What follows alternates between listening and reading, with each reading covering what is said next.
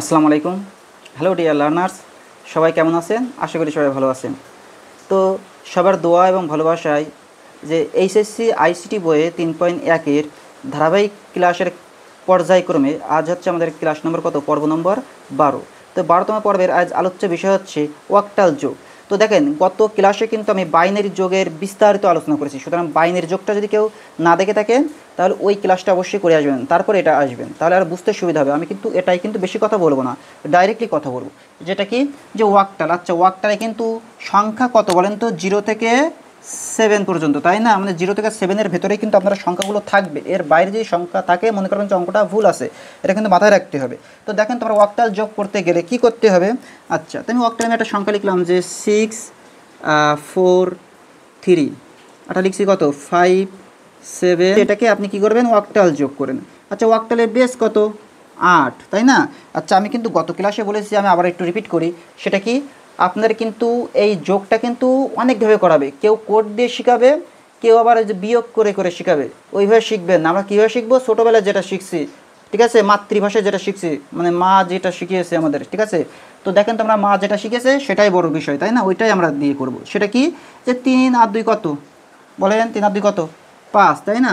তো আপনার এখানে আগে 5 লিখবেন। 5 লেখার পরে বেস কত, এদিকে আগে তাকাবেন না। আর আপনি কী করবেন? আগে যোগ করবেন। যোগ করার পর এখানে দেখবেন বেস কত, 2 আছে কি 8 আছে কি 16 আছে, সেটা দেখবেন। আচ্ছা, আমরা টোটাল 3 আর 2 কত? 5 আমি এখানে লিখলাম। লেখার পরে আমরা এখানে বেস দেখতে পাচ্ছি 8 আছে। আমি এখানে নিয়ে যাব, 8 দ্বারা ভাগ করব। তার মানে কি, যোগের সময় কি করতে হবে? টোটাল যোগ করে বেস দ্বারা ভাগ। তাহলে যোগের নিয়মটা আমি কি বলছি লিখে রাখবেন সবাই। সবগুলো সংখ্যা যোগ করে বেস দ্বারা ভাগ। কোন বেস? যে সংখ্যা বলবে সেই সংখ্যার বেস। এখন যেহেতু এখানে ওয়াক্টাল করছি, তার মানে কি 8 দ্বারা ভাগ দিব। তো এদিকে লক্ষ্য করেন। আচ্ছা, আমি একটু আগে আপনাদের বললাম যে গত ক্লাসে, তো এই যে বেজের ছোট হলে কি হয় মনে করে দেখেন তো, ইয়াদ করেন, ইয়াদ। ঠিক আছে, বেজের ছোট হলে কী হয়? বসে যায়। আমি বলছি বেজের বড়, ঠিক আছে। আমি কিন্তু আবারও লিখে দিচ্ছি, গত ক্লাসে কিন্তু আমি এটা বলেছি, বিস্তারিত আলোচনা করি। বেজের বড় বা কি বেজের সমান। যদি বেজের বড় হয় বা বেজের সমান হয়, তখন কী করতে হবে? নিয়মটা কি? বেজ দ্বারা ভাগ করতে হবে। বেজ দ্বারা ভাগ করতে হবে, তাই না? কিন্তু যদি বেজের ছোট হয়, সেটা কী হবে? বসে যাবে। কি হবে? বেজের ছোট হলে কি করতে হবে? বসে যাবে। কোথায় বসবে? অঙ্কে বসবে, ঠিক আছে। কারণ মাথায় বসান না জন্য, হ্যাঁ। বেজের ছোটো হলে কী হবে? বসে যাবে। তো দেখেন তো, এখানে আমার কি এই 8 ছাড়া কি 5 কি ছোটো না?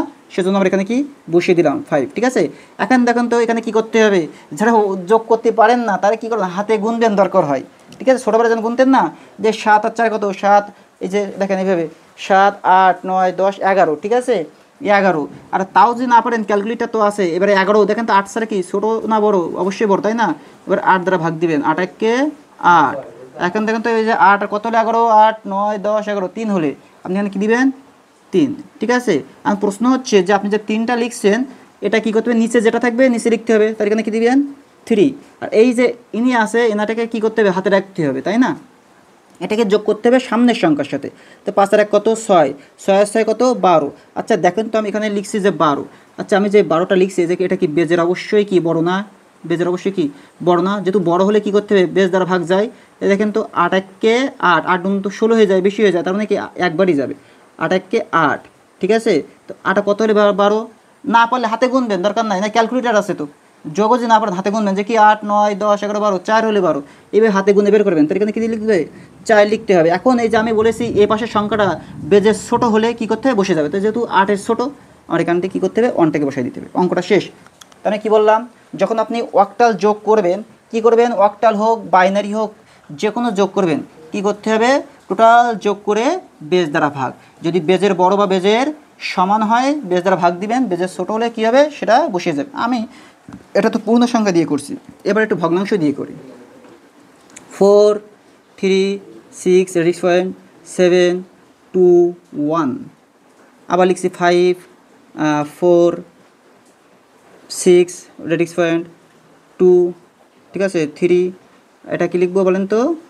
5 লিখছি। না, আবার একটা লিখছি, দরকার হয়, সমস্যা কি? লিখতেই থাকেন যত পারেন। অঙ্ক তৈরি করবেন। আমরা তো অঙ্ক তৈরি করতাম, ঠিক আছে। আমাদের সময় অঙ্ক তৈরি করতাম। আপনারা পারেন না কেন? ভয় পাবেন কেন? আইসির কিসের ভয়? পানি পানি হয়ে যাবে সব, তাই না? 5 আর এটা কি লিখবো? 4। টোটাল আমি বললাম যে এটাকে যোগ করতে হবে। কিসের যোগ? অক্টালের যোগ। কীভাবে করবেন? আমি যেভাবে বলেছি, সবগুলো যোগ করবেন, তারপরে বেস ধারাভাগ। আচ্ছা দেখেন তো, আপনি যোগ না পারলে হাতে গুনবেন, সমস্যা কি? দেখেন তো যে এই যে 5 আর 1 কত?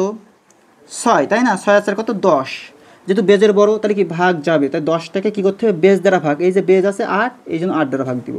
8 একে 8, তাহলে 8 কত হলে 10, 2 হলে সেই 2টাকে কী করবো? নিচে বসিয়ে দিব। এই যে 1টাকে আছে, এটা কী করতে হবে? সামনে যোগ করতে হবে। তাহলে 5 আর 1 কত? 6, 6 আর 3 কত? দেখেন 6, 7, 8, 9, 9 আর 2 কত? 11। এবার 11টাকে আবার ভাগ দিতে হবে কত দ্বারা? 8 দ্বারা। দেখেন তো 8 একে 8, কত হলে 11? 8, 9, 10, 11, 3 হলে 11। এইভাবে করবেন, 3 হলে 11। কত মজা না? 3 হলে 11, হাতে আছে কত? 1। এবার একটাকে এর সাথে কি যোগ করতে হবে? তাহলে 6 আর 1 কত? 7, আর 2 কত? 7, 8, 9, 9 আবার 7 যোগ করেন, 9, 10, 11, 12, 13, 14, 15, 16, এইভাবে যোগ করবেন। না পারলে এইভাবে করবেন, সমস্যা কি ভাই? আপনার তো কেউ দেখতেছে না আপনি কেমনি করছেন, আপনাকে দেখবে যে আপনি পরীক্ষায় কত মার্ক পাইছেন। 8 দুনো কত? 16, এখানে কী করবেন? 0, এটা 0 দিবেন, হাতে আছে কত? 2। এই যে রেডিক্স পয়েন্ট আছে, এটাকে বসিয়ে দিবেন। এই যে 2টাকে এর সাথে যোগ করতে হবে, 3 আর 2 কত? 5, তাই না? যে না পারেন তাও হাতে গুনবেন, ঠিক আছে? তাই দেখেন তো 5 আর 6 কত? 5, 6, 7, 8, 9, 10, 11, 11 আর 6 কত? বলেন তো? 17, তাই না? না পারলে হাতে গুনবেন। 17, 17কে আবার ভাগ দেবেন কত দ্বারা? 8 দ্বারা। 8 দুনো 16, তো 16 আর কত হলে 17? 1 হলে 17। তো দেখেন তো আমরা সেই 1টা এখানে লিখে দিচ্ছি, আর এই যে হাতের যে 2টা যোগ করবো কার সাথে? এই সংখ্যার সাথে, তাই না? তো দেখেন তো 3 আর 3 6, আর 4 কত? 10, আর কত? 2, 12। তো 12টাকে আমরা ভাগ দেবো কত দ্বারা? 8 দ্বারা। তো দেখেন তো 8 একে 8, তো দেখেন তোমার এখানে কত হচ্ছে? 4 হচ্ছে। তো নিচে যেটা থাকবে অবশ্যই নিচে বসাতে হবে। তো এই যে 1টা আছে, এটা আমার কি অবশ্যই হাতে আছে, সেই 1টা যোগ করতে হবে কার সাথে? এই যে নিচের এই সংখ্যাটির সাথে। তো 4 আর 1 কত? 5। তো দেখেন তো 5 আর 5 কত? 10, আর 4 14। তো 14টাকে আমরা ভাগ দিব কত দ্বারা? বেস দ্বারা। তো বেস কত? 8। তো দেখেন তো 8 একে 8, তাহলে এখানে আর কত হচ্ছে? 6। তাহলে এখন প্রশ্ন হচ্ছে, এই যে এই হাতের যে 1, এটাকে কি করব? দেখেন তো এটা বেস ছাড়া কি ছোটো না?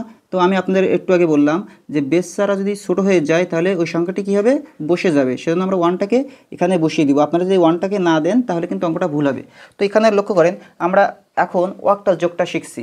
তো দেখেন, আপনারা যদি ধারাবাহিকভাবে আইসিটি ক্লাসগুলো যদি প্রতিনিয়ত যদি দেখে থাকেন, তাহলে আমার মনে হয় না যে আপনাদের কোনো আর সমস্যা হতে পারে। তারপরেও যদি কোনো সমস্যা থাকে, তাহলে অবশ্যই কমেন্ট করে জানাবেন। তাহলে আজ এ পর্যন্তই, ইনশাল্লাহ আগামী ক্লাসে আবারও দেখা হচ্ছে। আসসালামু আলাইকুম।